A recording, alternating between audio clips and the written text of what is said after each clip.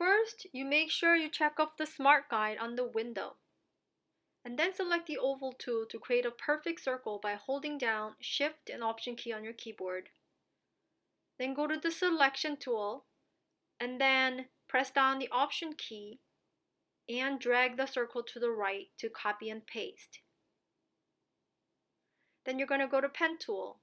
Click and drag on the left side of the anchor point of the left circle, and then find the middle point on the bottom, click, and then click and drag on the other side of the anchor point.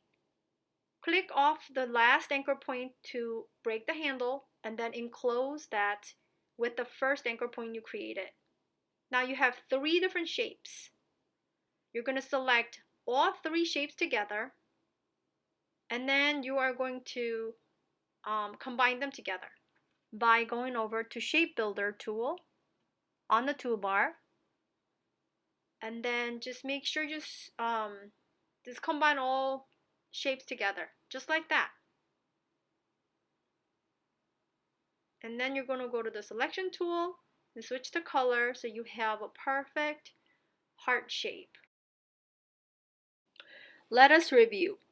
First of all, Smart Guide guides you to measure accurate shape with pink guidelines. The pink guidelines are not permanent, it's temporary. It tells you where you are in relation to other objects. Second, Pen tool. It creates anchor points with or without handles. If you short click, it creates an anchor point.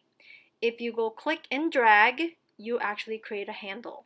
Handle makes the line curvy. ShapeBuilder tool combines shapes or subtracts a shape from another shape. It's very similar to Pathfinder, but it's easier to navigate. Next, watch the rest of the video carefully and follow the steps to create a fish.